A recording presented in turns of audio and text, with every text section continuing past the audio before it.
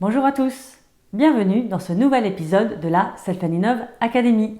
Je suis Amandine Perroux, experte en fiscalité de l'innovation et nous allons parler aujourd'hui de la notion de recherche et développement ou R&D. Cette notion de recherche et développement est très importante car c'est un critère fondamental pour l'obtention du crédit d'impôt recherche et du statut de jeune entreprise innovante. Le problème, c'est que beaucoup d'entreprises ont du mal à bien comprendre cette notion de R&D. D'ailleurs, elles confondent souvent R&D et innovation, qui sont deux concepts différents et qui ne donnent pas accès au même dispositif. Ça tombe bien, dans cette vidéo, nous allons vous expliquer comment savoir si vous faites de la R&D.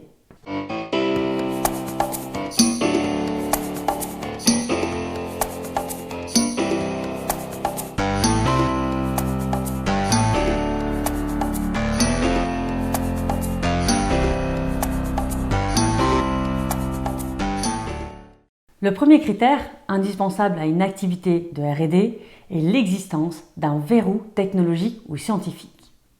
Alors qu'est-ce qu'un verrou ?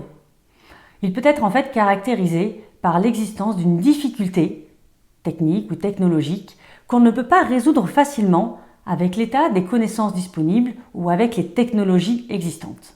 Ainsi, un projet de R&D démarre toujours par un état de l'art qui vise à analyser les publications scientifiques ou ce que disent les experts du domaine. Ensuite, deux possibilités. Soit vous réussissez à identifier une solution directement disponible. Dans ce cas, vous pouvez vous lancer dans le processus de conception et vous n'êtes pas dans une démarche de R&D. Deuxième cas de figure, il y a un manque dans l'état de l'art, c'est-à-dire qu'il n'y a pas de connaissances disponibles ou que les technologies existantes ne sont pas transférables pour votre domaine. Et là, vous êtes bloqué. C'est ce qu'on appelle un verrou et vous êtes face à une incertitude sur la faisabilité de votre projet. C'est ce verrou qui vous oblige à entrer dans une démarche de R&D qui va vous permettre de trouver vous-même la solution par l'expérimentation. Prenons un exemple. Vous voulez utiliser pour un usage extérieur un polymère qui est classiquement utilisé pour un usage intérieur. Il s'avère que dans l'état de l'art, il n'y a aucune connaissance disponible sur le comportement de ce matériau dans des conditions difficiles. Vous pouvez alors vous poser la question de la caractérisation de son comportement mécanique, de l'impact des écarts de température sur sa résistance. En l'absence de connaissances, vous allez devoir vous-même réaliser ces études pour bien comprendre comment ce matériau va se comporter. C'est ce qu'on appelle une démarche de R&D qui va vous permettre de générer les connaissances qui sont manquantes dans la littérature. Contre-exemple, vous développez un nouvel appareil électronique et pour cela, vous choisissez d'agréger différentes technologies existantes. Le travail se limitera donc à vérifier que les différentes solutions fonctionnent bien ensemble. Dans ce cas, vous n'êtes pas dans une activité de R&D car vous devriez parvenir à un résultat avec un minimum d'ajustements. Point important. Le fait que ce produit soit nouveau sur le marché n'est pas un critère de R&D. La présence d'un verrou technologique ou scientifique est indispensable pour caractériser la R&D.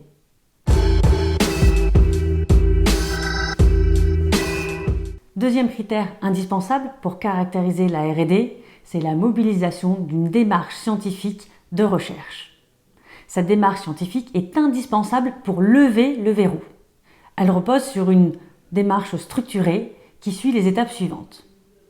Tout d'abord, la définition de la problématique scientifique ou la question de recherche. Elle doit être très précise. Ensuite, la formulation des hypothèses. Pour valider ces hypothèses, on va ensuite construire un protocole de recherche précis et rigoureux. Ensuite, on passe à la phase d'expérimentation. Et à l'issue de cette expérimentation, on collecte les résultats et on les analyse. L'analyse des résultats de ces travaux va vous permettre soit de valider vos hypothèses, et vous avez ainsi réussi à répondre à la problématique scientifique de départ, ou alors vous allez devoir itérer et repartir sur de nouvelles expérimentations. L'ensemble de cette démarche expérimentale doit être tracé et documenté. Les travaux et les conclusions ne doivent pas rester dans l'esprit du chercheur.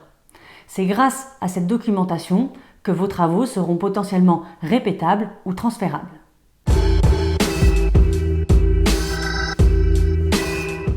Troisième critère, la qualification du personnel. Lever des verrous et mettre en place une démarche expérimentale de recherche n'est pas à la portée de tout le monde. L'administration attend donc que vous ayez une équipe constituée d'experts du domaine, avec au moins un ingénieur ou équivalent ou un chercheur expert de votre thématique. Par ailleurs, on entend souvent qu'il n'y a que les ingénieurs et les chercheurs qui peuvent être valorisés dans le crédit d'impôt recherche. C'est inexact. En fait, tout type de profil peut être valorisé à condition que les travaux qu'il réalise soient indispensables à la levée des verrous technologiques et qu'ils soient encadrés par un ingénieur ou un chercheur compétent dans le domaine. D'ailleurs, cette compétence peut être disponible en interne, mais vous pouvez aussi faire appel à un prestataire de recherche ou un laboratoire.